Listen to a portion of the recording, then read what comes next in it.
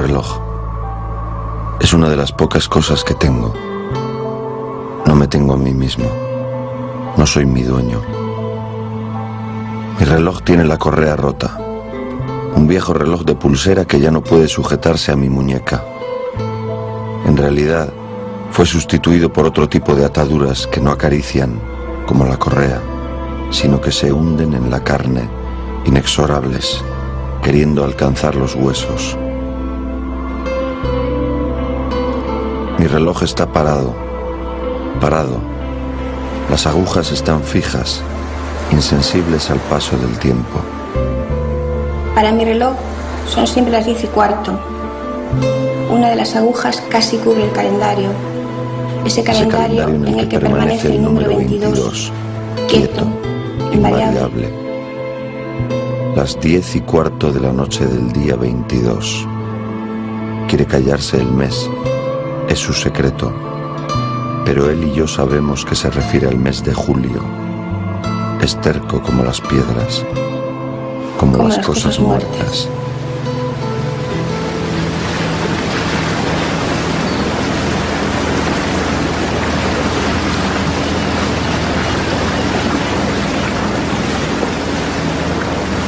Mi hermano escribió el cuento del reloj en la cárcel y ese reloj tenía mucho significado para él, pues se lo había regalado su compañera María, que estaba presa en la cárcel de Yeserías. Y cuando fue que lo detuvieron en la calle Barceló, la policía lo echó contra el suelo. Entonces golpeó el reloj y quedó parado en las 10:15 de la noche. Y cuando fue que lo fusilaron, enterramos el reloj con él en el bolsillo del pantalón, lo llevaba, para que siguiera siempre a su lado.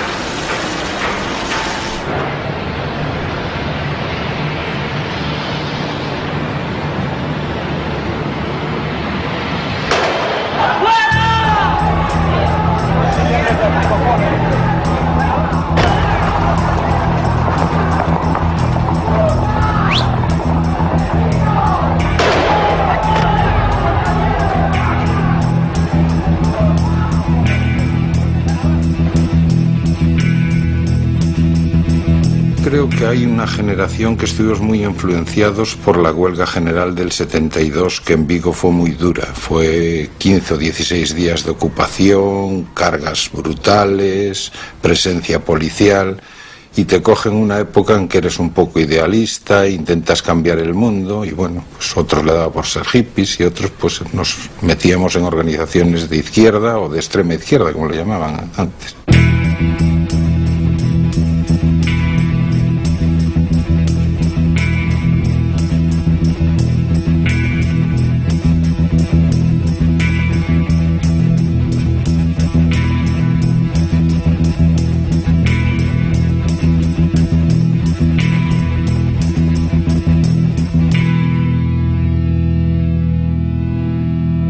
Mi sorpresa fue mayúscula cuando el FLA hizo una acción de protesta contra la pena de muerte de Puigdentís y habíamos quedado citados en la iglesia de San Francisco, ¿no? Y llegó Baena y fue cuando me enteré que estaba militando en el FLA, es decir, me enteré al mismo tiempo que él se enteró que yo militaba en el FLA, y a partir de ese momento ya no hablábamos, ¿no? Como estábamos militando en la misma organización.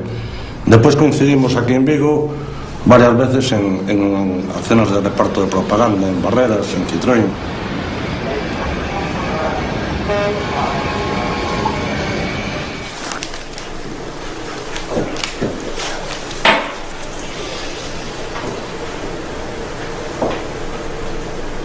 En 1975, cuando ocurrió la muerte de mi hermano, yo tenía 23 años y mi esposo 24.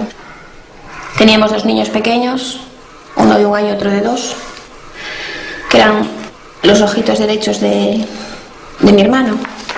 Desde ese momento, primero mi padre, que vivió hasta el 82, 7 años más que mi hermano, pues estuvo intentando limpiar su nombre, demostrar que lo habían matado injustamente, pero en aquella época pues era imposible, a pesar de que estaba ya en teoría viniese la democracia, no le permitieron ningún camino para demostrar su inocencia.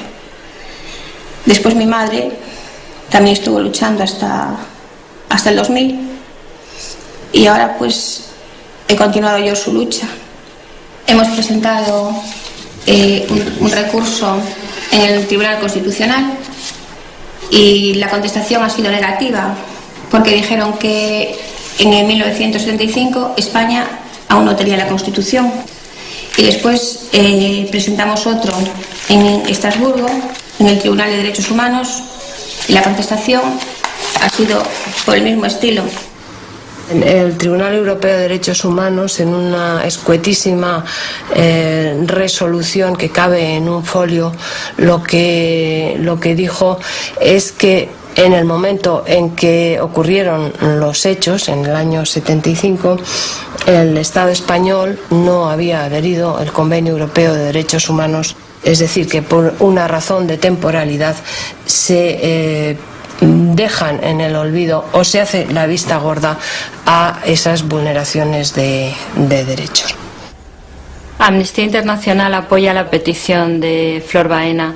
Ya en 1975 la organización trabajó por el caso de José Humberto cuando tuvimos conocimiento de que había sido objeto de incomunicación y había serios indicios de que estaba sufriendo torturas. Amnistía Internacional considera que los juicios celebrados especialmente bajo jurisdicción militar durante la Guerra Civil y el franquismo deben y pueden ser cuestionados. En el 2005 el Ayuntamiento de Vigo, a petición de Amnistía Internacional, aprobó con los votos favorables del PP, el BNG y el Partido Socialista una moción de condena a la pena de muerte, su compromiso para trabajar por su abolición en todo el mundo, así como también la petición de la anulación de la sentencia que condenó a muerte a Baena. Sin embargo, nada se ha hecho hasta el día de hoy. El caso de José Humberto Baena, por el que su hermana Flor lleva luchando hasta hoy, es un claro ejemplo del fracaso del Estado español de proporcionar a las víctimas que sufrieron violaciones de derechos humanos durante ese periodo verdad, justicia y reparación. Entonces ahora estamos preparando para presentar en la ONU, porque en el 75 España sí pertenecía a la ONU y seguiremos así hasta el final, hasta conseguir que demuestren su inocencia. Y no queremos nada de dinero ni de nada, no queremos nada material, queremos que le devuelvan su honor. Y es por lo que estamos luchando. Recuerdo que en tu última visita, papá, me has dicho que fuese valiente como un buen gallego. Lo he sido, te lo aseguro. Cuando me fusilen mañana pediré que no me tapen los ojos para ver la muerte de frente. Dadle las gracias de mi parte a todos los que se interesaron por mí, a toda la familia y a mis amigos. Siempre lo recuerdo como una buena persona. La idea era hacer una exposición sobre la pena de muerte y contra la pena de muerte. Contra la pena de muerte. Entonces tomamos como punto de referencia a Baena.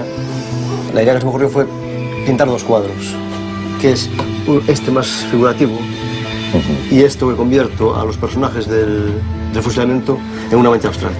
Sí. Entonces, para mí tiene un interés especial porque hay gente de esa expresión que ya no existe y que eran amigos a su vez de Baena.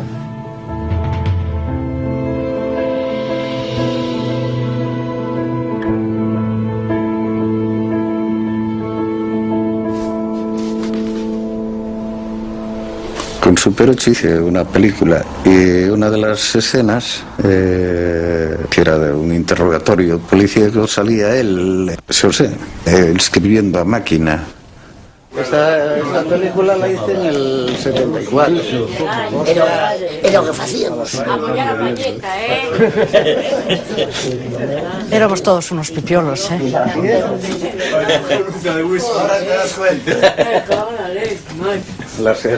En el cotorro era. Las aceitunas picantes. Pues no sé, yo sé que lo hice una noche de borrachera, pero eso no distingue mucho porque la verdad es que por aquella época pues, José Guillermo hizo ese y 4 más sobre del fusilamiento. Yo 15 días antes de detenerlo recibí la última carta de él. Después a 15 días lo vi en la televisión del Cotorro allí, que lo habían cogido todo despeinado y ya con el ojo hinchado y todo eso. Yo recuerdo siempre esa enorme humanidad de José Humberto, cuando hablábamos de las muertes, de que se había que matar a estos represores que tanta gente mató. Algunas veces se planteó eso y él decía, creo que nunca sería capaz. Esto lo recuerdo yo y sé que José Humberto no sería capaz de matar a una hormiga conscientemente. Yo me acuerdo que esa misma noche fui a casa de sus padres y le dije a Estrella que no se preocupara, que estaban pidiendo la amnistía en todo el mundo. Y ella me dijo que no, que se lo iban a matar. Porque de aquella cuando estábamos todos, sí, por eso, todos que andábamos más o menos organizando cosas y tal, creíamos que teníamos fuerza para derribar la dictadura y fue una lluvia de realidad que vimos que no, que estaba muy lejos. Que prácticamente no hubo movilizaciones porque era un terror absoluto y que todo el mundo sabía que era inocente, eso era una cosa que estaba clarísima, pero... Yo soy así, muy optimista de por vida. Hasta el momento en el que oí la noticia de que lo habían fusilado, seguía pensando que no se iban a atrever, que no iban a ser capaces de, al final, matar a los 5 que mataron. Pero me dieron mucho por el culo y lo hicieron.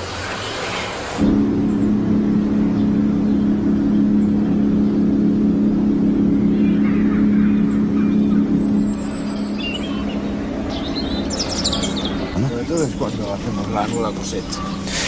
Y hablando de cosecha, me dijo Julio... El reivindicar el nombre de mi hermano se constituyó en lo primordial para la vida de mi padre.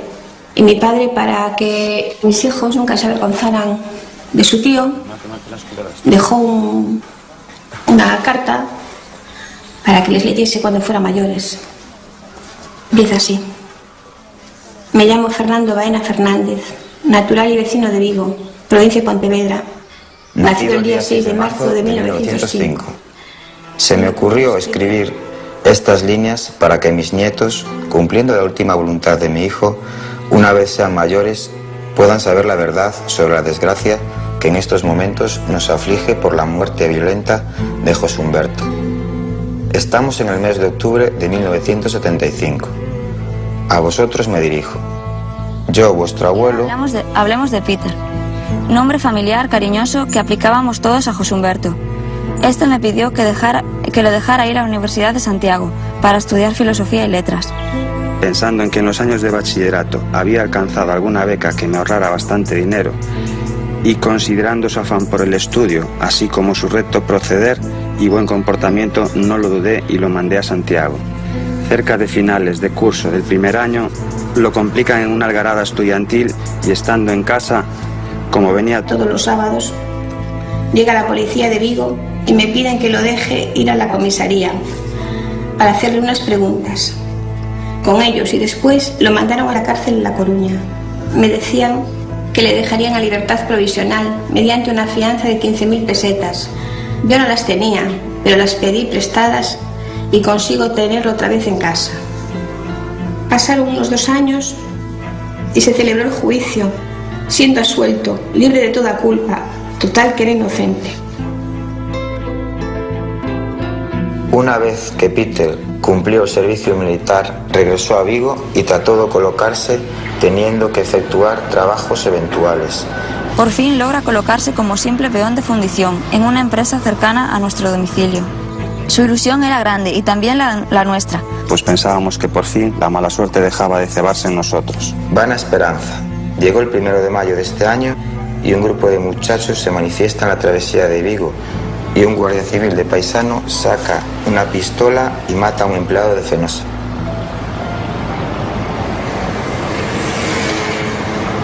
El incidente de Fenosa es lo que nosotros aquí llamábamos un comando, un salto, es decir, no era algo que estaba convocado. Las direcciones de la organización buscaban un sitio y a una hora determinada, una gente determinada saltaba en medio de la calle y detrás íbamos todos los demás, ¿no?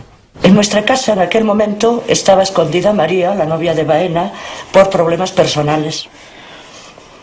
Debido a ello, hemos decidido, y que nosotros teníamos mucho control sobre el partido y tal, para no correr ningún riesgo de que nos detuvieran, el 1 de mayo decidimos ninguno de los 4 ir a la manifestación del 1 de mayo, ni Baena, ni él, ni María, ni yo. A las 12 pues pegan un salto, los dos responsables, el del FRAP y el de la Liga, y saltamos todo el resto. Al parecer un guardia civil que estaba jugando la partida aquí en un bar salió y disparando, según él, al aire, mató a un trabajador de Fenosa. El gatillo estaba fácil. Aquí se mataba a la gente por cualquier cosa, y lo digo así, se mataba a la gente, ¿no? Te intentabas movilizar y se mataba. Ponemos el ejemplo mismo de Baena, ¿no? El mundo del absurdo, ¿no? Del absurdo, para que se comprenda, ¿no?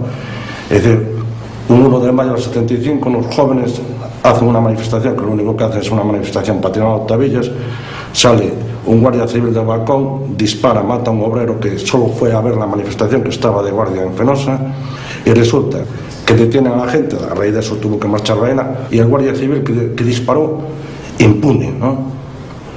A raíz de la muerte de Manuel Montenegro Simón, me parece que se llamaba, hubo una convocatoria de una misa en el centro, y ahí pues hubo mucha vigilancia de la social. Después hubo un salto ya más potente en que participó mucha clase obrera, gente que no estaba de acuerdo en que comisiones no participara en la Plaza de España, y a partir de ahí hubo caídas importantes tanto por parte del FRAP como de la Liga. De la Liga, en una semana posterior pasamos por comisaría entre 10 y 12, y del FRAP igual.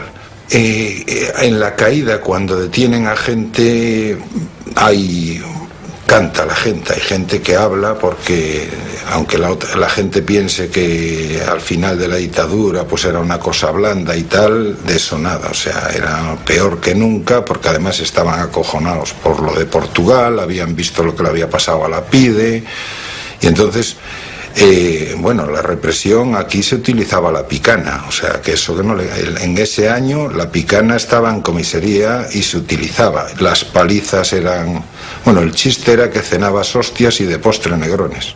A raíz de ello se hizo una colecta para sacarle una esquela y tal, en la que participó Baena. Entonces, el 1 domingo de mayo, que era el Día de la Madre, Baena se fue a casa a saludar a su madre, a llevarle el regalito que le había comprado y tal, y ya le salió al monte la hermana diciéndole que había estado la policía en casa a detenerlo por la manifestación del 1 de mayo.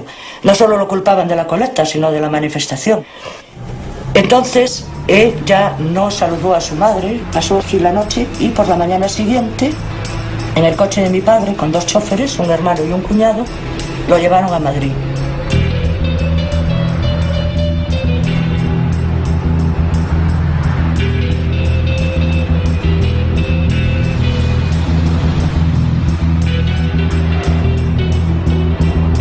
Mayo del 1975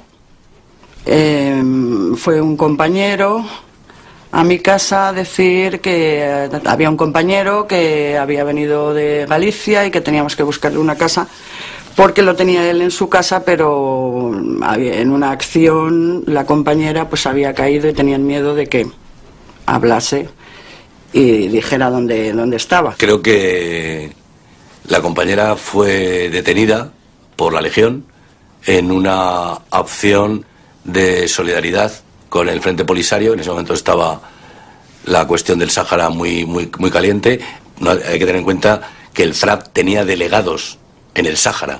Entonces fue una acción para reivindicar el tema de la solidaridad con el pueblo saharaui. Entonces se tiraron unos panfletos se dieron cuenta, me parece que los centinelas, y detuvieron. Y la detuvieron entre ellas a ella. Marusa cae unos meses antes, y está en Yeserías cuando él casi iba a cumplir la multa, cuando a él le detienen. Y debía de ser que Humberto no les decía lo que ellos querían oír. Y entonces cuando Humberto está allí en la DGS, ya le han dado todo lo dado y todo, le han torturado bastante y demás, entonces la llevan, le hacen un careo con ella y ella dice que ella no le reconoce. Y le dicen, mira, le vamos a matar. Se lo dicen así a Marusa. Le dice, bueno, pero es que yo no le conozco. Y se mantiene. Y la vuelven a llevar a la cárcel. Bueno, en la cárcel de mujeres cuando yo llegué sí que había bastante gente, luego ya nos fuimos quedando menos gente. Y la verdad es que con Marusa sí estuve bastante tiempo, tuve muy bien además, quiero decir que era una persona además muy sensata y desde luego había sufrido mucho. Y era una mujer pues la verdad que muy valiente y muy entera y muy madura.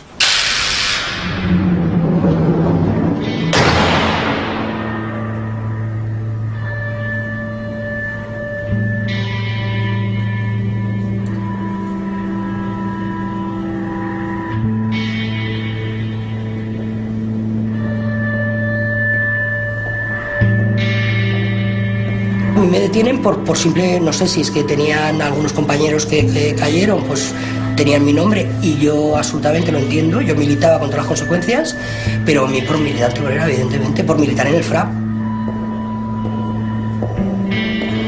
Y lo primero, yo me están tomando la afiliación y viene el niño con el moro y con el estudiante.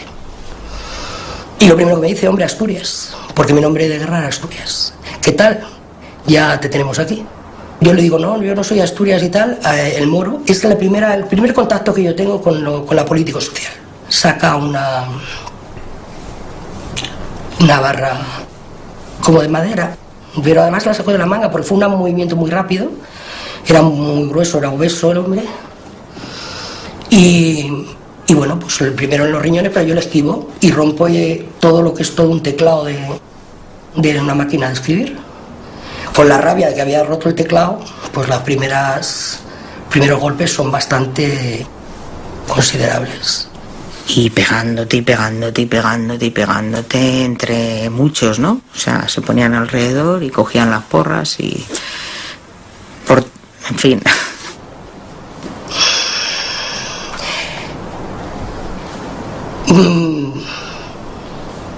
Bueno, pues lo primero que te hacen es descalzarte. A mí por lo menos. Y te golpean con varias barras a la vez en la planta del pie. Hubo un compañero que se tiró por un cristal, dieron palos hasta te ponían en el suelo y te daban con las porras, de manera que es que luego no podías ni ponerte de pie, ni sentarte, ni andar, ni nada. No te daban compresas, no te dejaban lavarte, claro, olías mal, te meabas. Claro, cómo no, de miedo. Y luego eso, los gritos de otros, no sabiendo lo que les pasaba a los demás, no sabiendo qué había pasado, en fin. Pues eso, un poco terrible, la verdad.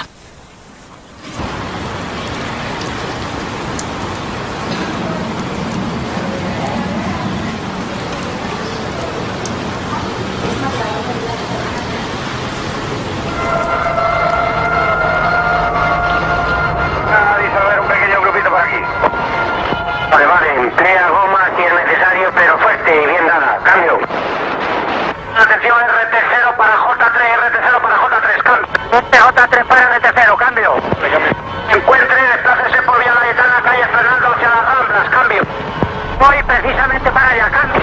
Está sabido que lanzar varias pelotas, cambio. Y desde un balcón que pasaron la manifestación han disparado un tiro contra la masa, según parece.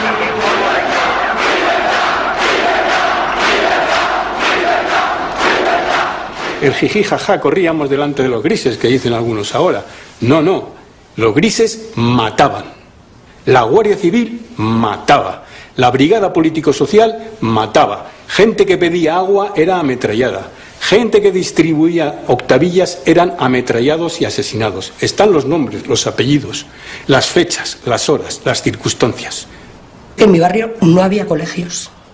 En mi barrio, para ir al médico, que era un dispensario para toda la cornisa y useras, te ponías de barro hasta la rodilla. Pero cuidado, se pasaban necesidades y cada 2 y cada 3 te cortaban la luz y tenías que engancharla. Eso es lo que yo he vivido. Pero no lo he vivido yo, ¿eh? Lo que pasa es que ahora parece que nos da vergüenza decir que hemos vivido aquello.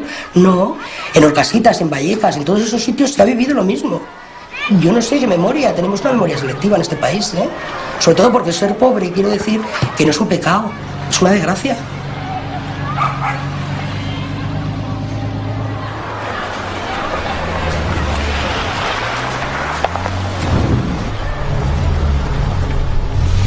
En el FRA, fundamentalmente, lo que yo recuerdo de aquello y lo que éramos activistas, fundamentalmente. Quiero decir, a mí, bueno, pues salías de la fábrica, ibas a hacer un panfleto que luego repartías por la mañana o lo lanzabas por la mañana, luego después ibas a hacer pintadas. Esa era fundamentalmente la vida que yo he vivido en el FRA. En mayo me tuve que ir de la empresa porque estaba perseguido. Vamos, en mayo del 75 trabajaba en NCR, en una empresa de ordenadores, y tuve que salir y ni siquiera pude ir a cobrar la liquidación, que fue mi hermana, y además ya a partir de ahí pues lo que hay es penuria, ya sin poder trabajar, teniendo que acceder pues a trabajos eventuales, sin seguros, sin nada, pues un poco como las condiciones de cualquiera de los inmigrantes que hay ahora aquí. Esa era la vida que nos tocaba vivir, vamos. El FRAP trataba de concienciar precisamente, no, de romper el miedo que había implantado la dictadura a lo largo de los años, porque no olvidemos que era una dictadura fascista. Un ejemplo de esta bestialidad fue un compañero nuestro, italiano, Riccardo Gualino, que estaba estudiando aquí en la Universidad de Madrid, miembro de la FUDE, que estaba repartiendo octavillas para llamar a una huelga, y se puso a su lado una persona, tranquilamente sacó una pistola y pegó un tiro en la cara. Habría que hablar de Cipriano Martos, jornalero andaluz, envenenado con el contenido de un cóctel molotov por la Guardia Civil en el Cuartelillo. Son cosas que no se conocen, pero es que son casos únicamente aislados, ¿no?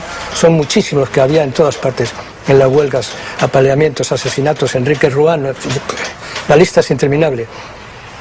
Aquello exigía respuestas.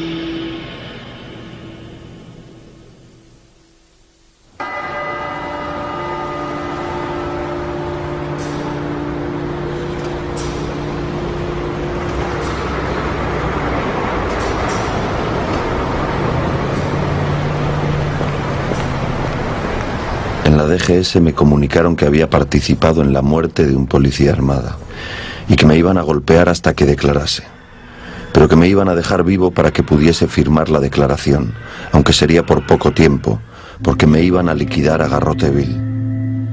Ante mi negativa a declarar, empezaron los golpes y las torturas. Supimos que lo acusaban de la muerte de un policía, Lucio Rodríguez, asesinado la semana anterior, el día 14 de julio. Mi hermano siempre nos dijo que era inocente.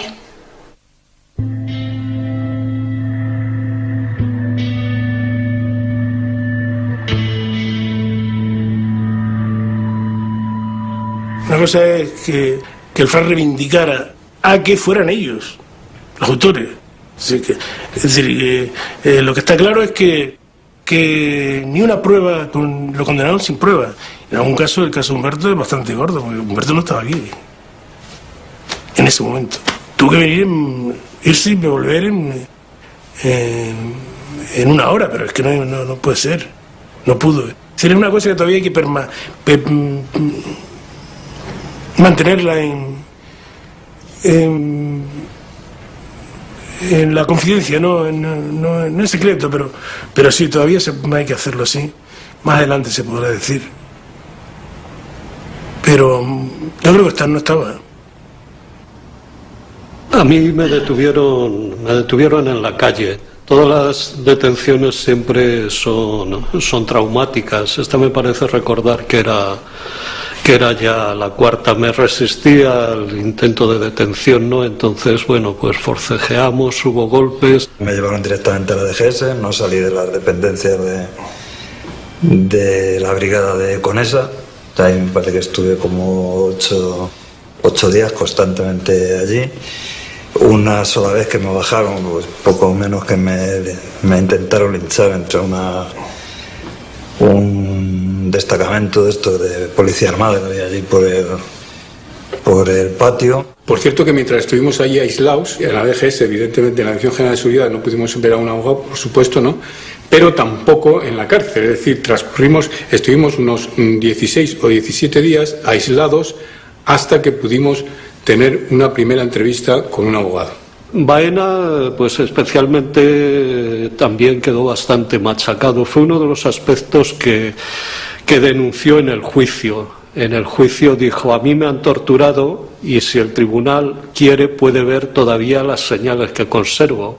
Evidentemente ninguno de los militares miraron al techo y no contestaron. Digo, bueno, se puede seguir. Los abogados defensores propusieron toda una serie de pruebas para practicar en el plenario y ninguna de ellas fue admitida. ¿A qué pruebas me estoy refiriendo? Me estoy refiriendo, por un lado, a algunos testimonios de personas que presenciaron más o menos cerca los hechos y que tenían la particularidad de que no eran coincidentes sino contradictorios a la hora de describir el atuendo de la persona que supuestamente había realizado los disparos al policía el día 14 de julio del año 75. Por un lado había una persona que decía, refiriéndose a la persona que había disparado, vistiendo una camisa a cuadros, no recordando el resto del tipo de atuendo. Otra persona que declaró decía que llevaba un niqui color granate. Otra persona dice que vestía camisa clara y también pantalón oscuro. El poder haber aclarado lo que estas personas habían visto, pues parecería así a simple vista. Incluso no hace falta ser jurista para entender que podía haber sido fundamental que estas personas declararan a quién vieron disparar. Dicen que la policía en sus atestados que nos habían cogido determinadas armas y demás, todo eso no aparece nada de eso. ¿Para qué lo iban a presentar si ellos tenían la convicción? Fue lo que vino a decir en un momento dado el fiscal. Cuando detuvieron a mi hermano, la desesperación de mi padre era muy grande y quería ayudarlo como fuese para demostrar su inocencia. Más que nada pidiendo tiempo para poder conseguir pruebas y demostrar que no había nada que lo inculpara. Entonces le escribió a Su Majestad el Rey, que en aquel momento era príncipe de España, intentando ayuda por todos medios. La contestación de la Casa Real es la siguiente.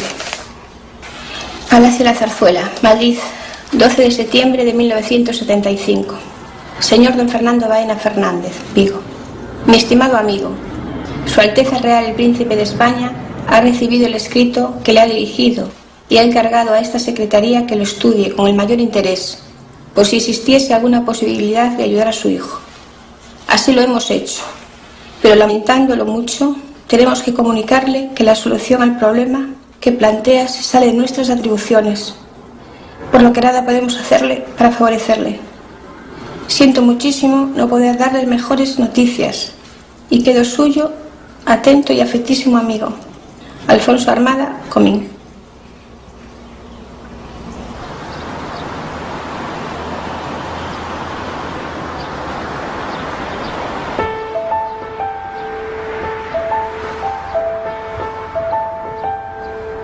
Cárcel de Carabanchel, 5 de septiembre de 1975.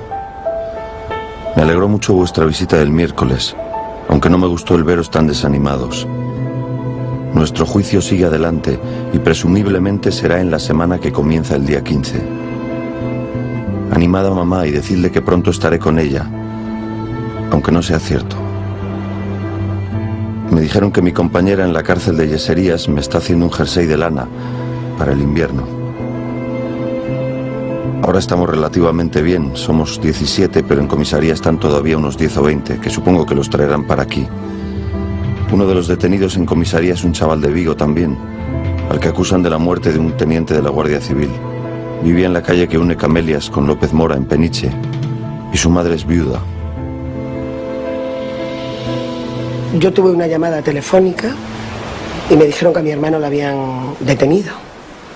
Yo no sé si era la voz de una mujer, no sé si era mi cuñada Silvia o era alguna amiga o compañera de la organización donde militaba mi hermano. Y a los 4 o 5 días fue cuando se publicó que lo acusaban de la muerte de un guardia civil y con unas fechas concretas que yo me quedé anonadada. Digo, ¿pero cómo es posible? Porque en esa época mi hermano estaba en Murcia. O sea que estaba en Mazarrón, que fue en el mes de agosto. Yo pude contactar con él cuando ya lo pasaron a la cárcel, a Carabanchel. Y fue pues una semana antes de que lo mataran. Toda la familia destrozada. Él estaba, porque lo habían torturado muchísimo, estuvo orinando sangre 15 días. Tenía un hematoma en el tórax que le cubría todo el tórax. Los ojos no tenían casi expresión de todas las torturas que había recibido. Lo tuvieron en cámaras frigoríficas un montón de tiempo y pegándole brutales palizas. Y ha sido una injusticia tremenda lo que se ha cometido con él. Irreparable, porque ya no se puede reparar. No se puede reparar nada. Él no puede volver, ni siquiera el dolor de mi madre de haber sobrevivido no a él, sino a sus otros 2 hijos que eran pequeños, los 2 hermanos míos más pequeños. Recibieron eso, pues ya ves, eran adolescentes, mi hermano Manuel Ángel y mi hermana pequeña, y fue algo terrible, algo terrible.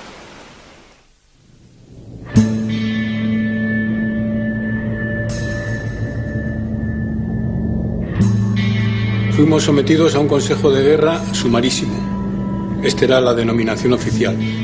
Teniendo en cuenta que, según la propaganda oficial de la dictadura, la guerra había terminado en 1939, resultaba realmente paradójico que se celebrase un consejo de guerra sumarísimo a civiles. Cuando se inicia el proceso, hay una cosa que me parece importantísima. Se estaba jugando la vida de varias personas allí. Había peticiones de pena de muerte. Y además se llevó a cabo una de ellas. Entonces, el fiscal militar, que era un teniente coronel de nombre Ramón González Arnao, nos acusó a todos de una serie de hechos, y en particular a Baena, de que, utilizando una pistola, había hecho no sé el qué. Entonces los abogados, muy razonablemente, le rogaron a González Arnao que presentase el arma ante el Consejo de Guerra como prueba elemental y básica. Contestación de González Arnao: no hay tal pistola, no está. La pistola esa no estaba. No pudo presentarla. ¿Por qué? Porque evidentemente no existía. Los proyectiles que se suponía que habrían salido de aquella arma. No hay. Contestación de Arnao: no hay, no están los proyectiles. Bien. La prueba balística, por favor. los abogados. González Arnao, no hay prueba balística. Bien, no hay prueba balística. Bien, la prueba de huellas dactilares. Contestación de Ramón González Arnao, teniente coronel, fiscal militar del Consejo de Guerra Sumarísimo. No hay pruebas dactilares. Bien, puestos así ya, los abogados pidieron, porque en el apuntamiento del comandante Mariano Martín Benavides se había hecho alusión a los informes policiales, según los cuales había habido unos testigos. Entonces los abogados rogaron que el fiscal presentase a sus testigos, ya que los testigos de los abogados, el juez Mariano Martín Benavides los había rechazado en bloque. Por lo tanto, solo quedaban como testigos en el apuntamiento los testigos de la Fiscalía. Entonces los abogados dijeron, bueno, pues que se vengan los testigos de la Fiscalía, que queremos interrogarles. Contestación del fiscal militar, Ramón González Arnao. No hay, no están, no van a comparecer, porque sabrán ustedes, dijo, que hay testigos buenos y hay testigos malos. Y el abogado, sí, pero son los suyos. Y ya, pero no hay, no comparecen, punto. No había testigos. Entonces, esta fue, en esta situación, sin haber probado nada, sin una sola prueba encima de la mesa que presidía Francisco Carbonell Cadenas de Llano, coronel del Regimiento Inmemorial del Rey del Ejército Español, un regimiento caracterizado por su espíritu patrio, no hubo en aquella mesa ni una sola prueba material, ni se presentó ni una sola prueba testifical. Bien, en estas condiciones fuimos condenados a muerte y en estas condiciones fue asesinado Humberto Baena, un hombre inocente de los hechos que se le imputaron y un hombre ante el cual todas las acusaciones en el mismo proceso cayeron, porque no se pudo presentar ni una sola prueba.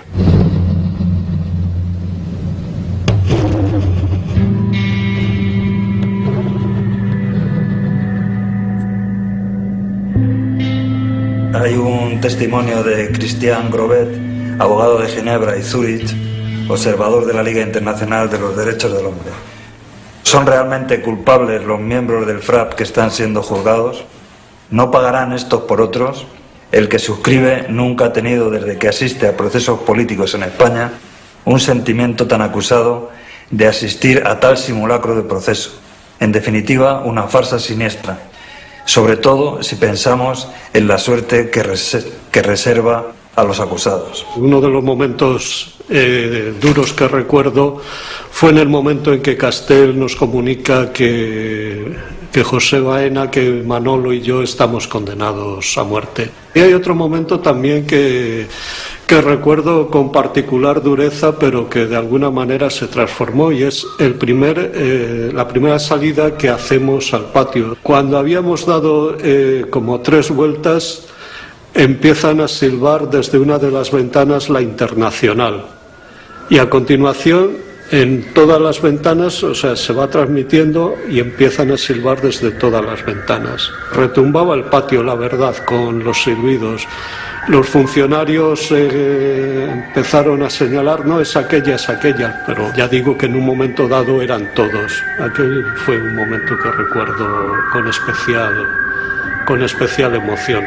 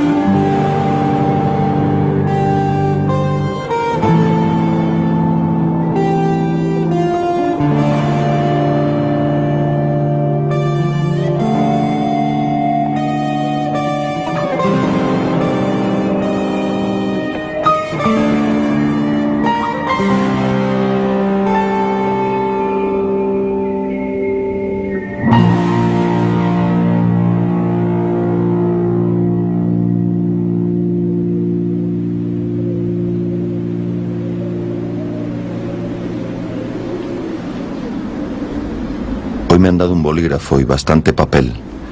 Estoy leyendo mucho. Leí La llave de Sender, Pabellón de reposo de Cela, poesías de Blas de Otero y de León Felipe.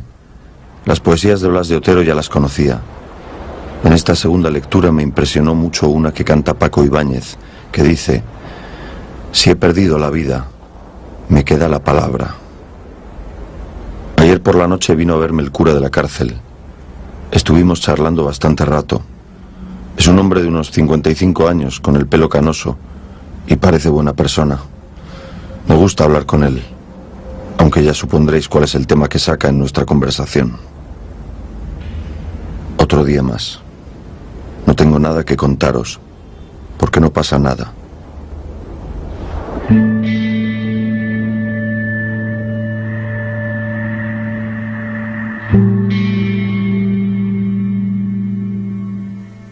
El primer procedimiento en Lebaena había sido un procedimiento ordinario del Código de Justicia Militar. Que el Código de Justicia Militar no reunía ninguna de las garantías de un Estado democrático, eso era obvio. En este segundo, la anormalidad jurídica ya era salvaje. Es decir, se había creado una ley especial que se iba a aplicar a situaciones anteriores, de manera retroactiva. Entonces el problema era grave. Teóricamente había 24 horas desde que un individuo, un ciudadano, era notificado de que se le acusaba de algo y le decían: en 24 horas tiene usted que tener abogado, porque en 24 horas vamos a celebrar el juicio y se le pide a usted pena de muerte. Dígame, ¿qué posibilidad de pedir prueba? Si mi cliente, Ramón García Sanz, hubiera estado en Zaragoza viendo a su hermano en el hospicio, no se podía proponer ninguna. Mi defendido era Manuel Cañaveras y era el más joven de todos los detenidos. Estaban en una situación en la que ellos no sabían qué pasaba, sino que estaban detenidos, y en la que nosotros teníamos que entrar con los militares a decirles que se les pedía pena de muerte, por lo menos en el proceso que yo llevé, a todos menos a uno de ellos. Pasas esa angustia, pasa el miedo, porque tú sabías que llevabas un par de personas, de paisanos detrás, y eso cuando vas solo por la calle, en aquella historia que vivíamos, con toda esa tensión, y luego en aquel momento histórico que te podían pegar un tiro también si les daba gana. A las 9 de la mañana se vuelven a plantear las objeciones, ya en la división acorazada Brunete, al juez Coronel Puebla. Nos requirieron 3 veces, nos requirieron una, nos requirieron 2, y a la tercera, pues fuimos expulsados de la sala. Yo recorrí más de 400 metros con un arma puesta aquí y 2 personas detrás mía con la arma desenfundada.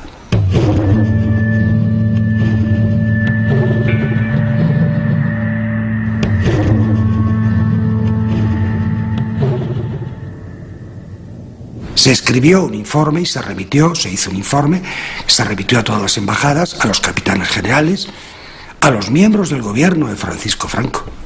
Telegramas al príncipe Juan Carlos, entonces, a la princesa Sofía, al Papa. O sea, hicimos intervenciones de este tipo pidiendo, pues eso, un juicio justo por lo menos.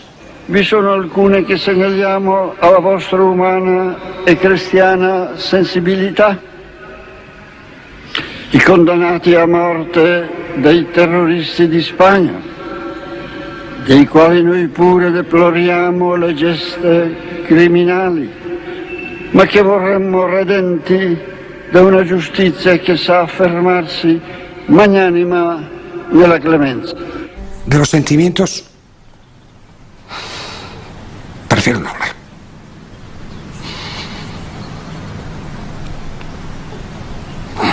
¿Por qué ejecutaron a estos? No a todos. Yo creo que la elección de unos y de otros se hizo de manera casi aleatoria y casi como si fuera en subasta. 9, no, 3, no, ninguno. Bueno, pues ni ninguno ni 9, 6. Bueno, más de 2 no admito. Bueno, vamos a dejarlo en 4. ¿Cuáles? El gobierno en relación con 4 causas instruidas por la jurisdicción militar por delito de terrorismo y de agresión a fuerza armada, ha tenido conocimiento de las correspondientes sentencias y se ha dado por enterado de la pena capital impuesta a Ángel Otaegui Echeverría, José Humberto Francisco Baena Alonso, Ramón García Sanz, José Luis Sánchez Bravo Soyas y Juan Paredes Manotas.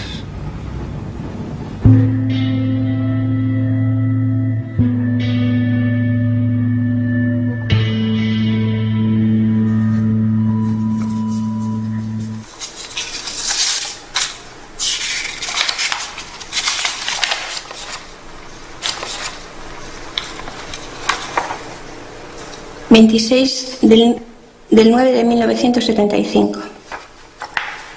Papá, mamá, me ejecutarán mañana. Quiero daros ánimos. Pensad que yo muero, pero que la vida sigue. Muero joven, pero estoy contento y convencido. Quisiera deciros que cuando me marché de casa, lo hice obligado por las circunstancias, y creo que sufrí más que vosotros al dejaros. ¿Recordáis lo que dije en el juicio? Que mi muerte sea la última que dicte un tribunal militar. Ese era mi deseo, pero tengo la seguridad de que habrá muchos más. Mala suerte. Nada más, un abrazo muy fuerte. Adiós, papá. Adiós, mamá. Vuestro hijo. Me dejaron escribiros un poco más. Quisiera deciros que siempre os he querido. Siempre. Ya quedan muy pocas horas. Serán muy rápidas. Sin embargo, estoy tranquilo. Mi último pensamiento será para vosotros. Os he querido mucho. Mamá, que se anime, que cuide de los niños, de nuestros niños. Nada más, siempre, seguid siempre adelante. José Baena.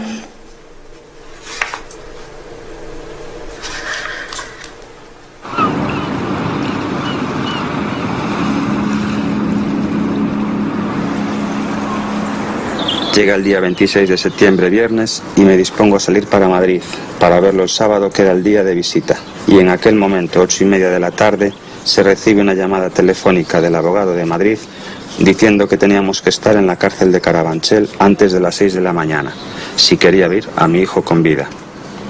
En el tren llegaba a Madrid a las 9, pierdo el billete, pido algún dinero, alquilo un coche y carretera adelante toda la noche sin parar. Llego a Carabanchel a las 6:30, acompañado de mi hijo Fernando. A la puerta de la cárcel nos esperaban 2 oficiales de prisiones que inmediatamente nos llevaron a su presencia, donde pudimos abrazarnos y despedirnos. Hablamos y el tiempo pasó volando. Me dijeron después que estuvimos media hora. Me pidió que os escribiera contándoos toda la verdad, para que el día de mañana, cuando vosotros fuereis mayores, no tuvierais que avergonzaros de vuestro tío, que no era un criminal. Insistió en que no recordaba haber hecho la confesión, que la llevaba a la muerte.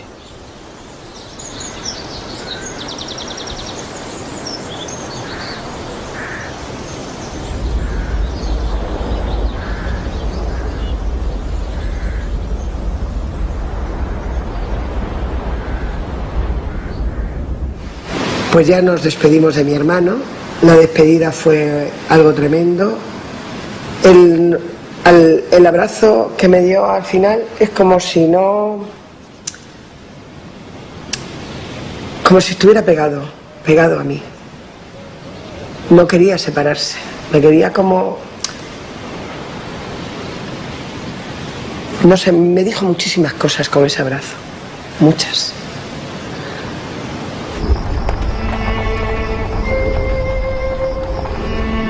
Tanto los medios de comunicación como los familiares que estábamos allí presentes nos quedamos abajo.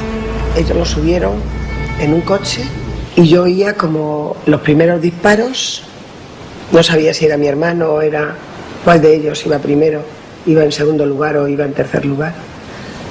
Luego unos segundos disparos y unos terceros disparos. Hubo un silencio muy grande y entonces bajaban, salían y venían contentos, riéndose, como si vinieran de celebrar, no sé, algún evento, alguna cosa, riéndose, como si estuvieran celebrando algo.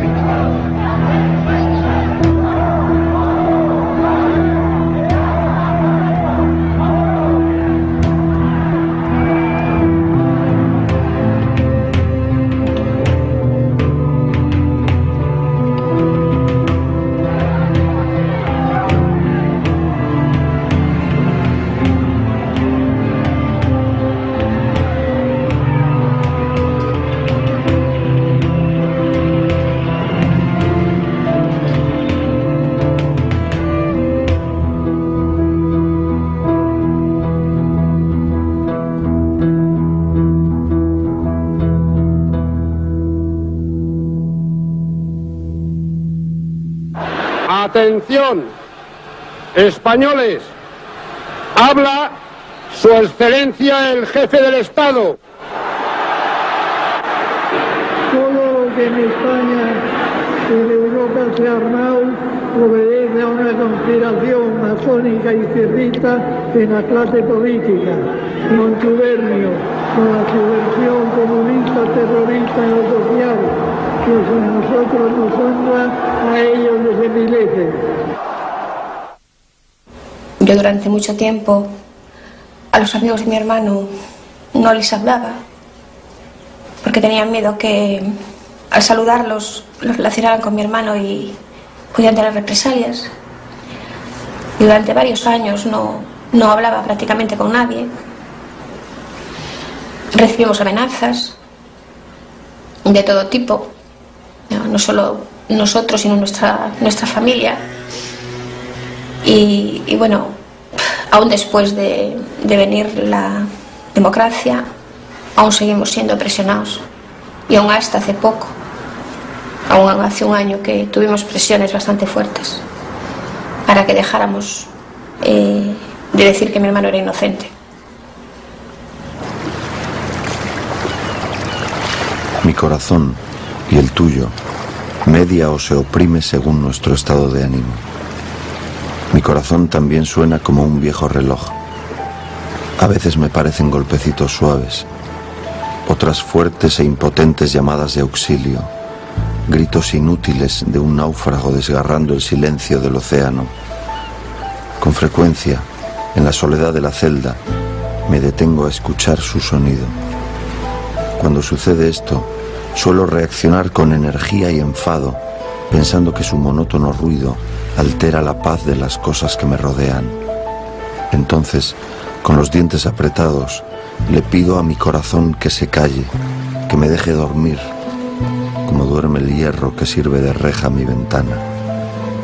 Mi corazón, aunque quisiera acompañarme siempre, dejará de hacerlo cualquier día de este mes de septiembre, de este septiembre frío, ya casi otoñal. Sus rítmicos y acompasados latidos no turbarán el silencio tras su última explosión de dolor y dicha. Cuando llegue ese momento, mi corazón estará ensanchado, crecido por la satisfacción de haber contribuido a que todos los demás corazones canten su música sin molestarse los unos a los otros, con libertad.